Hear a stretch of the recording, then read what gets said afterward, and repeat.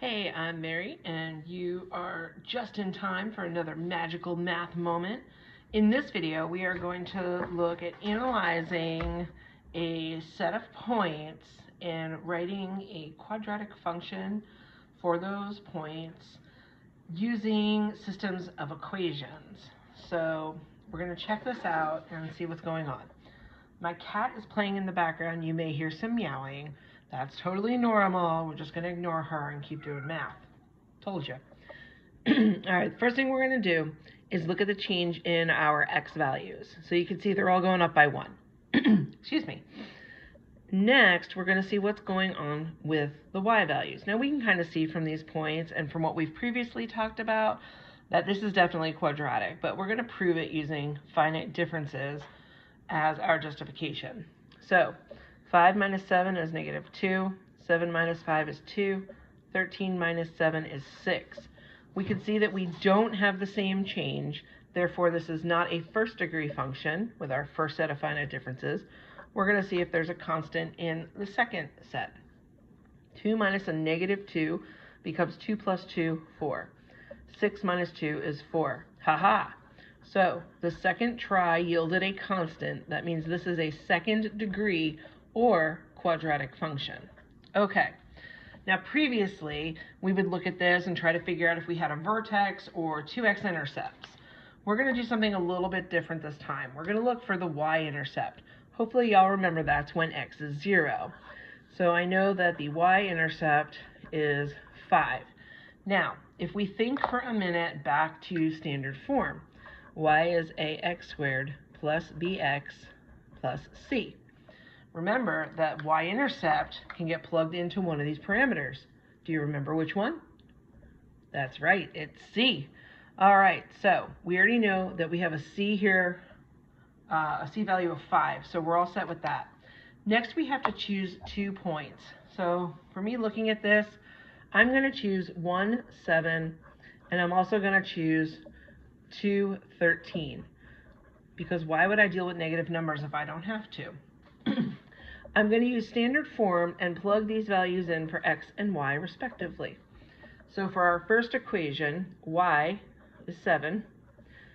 A, I don't know what it is. X is 1 squared. B, I don't know what it is, but I know that x is 1, so b times 1. And then we're going to replace c with 5.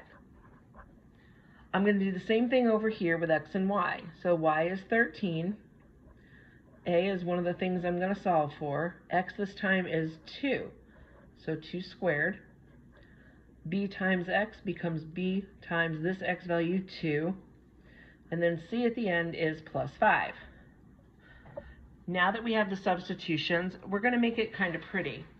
So we have 7. 1 squared is just 1. 1 times a is 1a or a. B times 1 is b, and then I have that 5. I want to bring that 5 over though, so we're going to subtract him on both sides. I now have 2 is a plus b. Okay, we're going to apply the same idea over here. Now just be careful. 2 squared is 4, so this is 4a.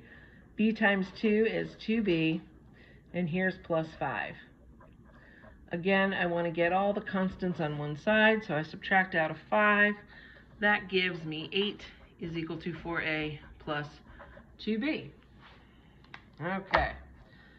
Once I have these two equations, I can write them together in a system. So I've got a plus b equals 2, 4a plus 2b equals 8. I want to eliminate one of these variables, so I'm going to go ahead and eliminate a. To do that, I need an opposite up here of 4a. So the opposite of 4 is negative 4. Since this is an a or a 1a, I would need to multiply it by a negative 4 to get a product of negative 4a.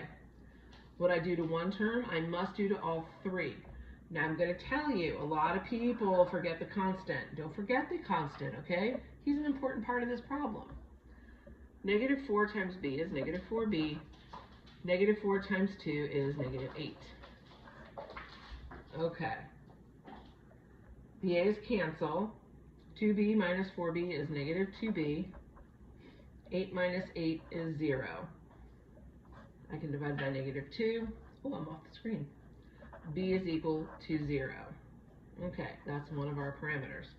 Now, I need to go back and figure out what A is. I don't know about you, but I would probably use this one because this is a lot simpler, A plus B, than 4A plus 2B. So 2 equals A plus 0. Well, 2 equals A. That's not very exciting. I can now use A, B, and don't forget C from up here to write my equation. F of x equals 2x squared plus 0x. Do I need to say that? I don't think I do. And then we've got plus 5. That is the equation of the quadratic. Now, if you're feeling kind of like, not sure about that, let's check it out. We can also go into y equals and put 2x squared plus 5 in there. I'm going to look at zoom 6 to get a standard picture. All right, that's what it looks like. I can also go into the table. What was I doing in here? I don't know. Look at this, negative 1, 7, 0, 5, 1, 7, and 2, 13. That's exactly what we had in the beginning.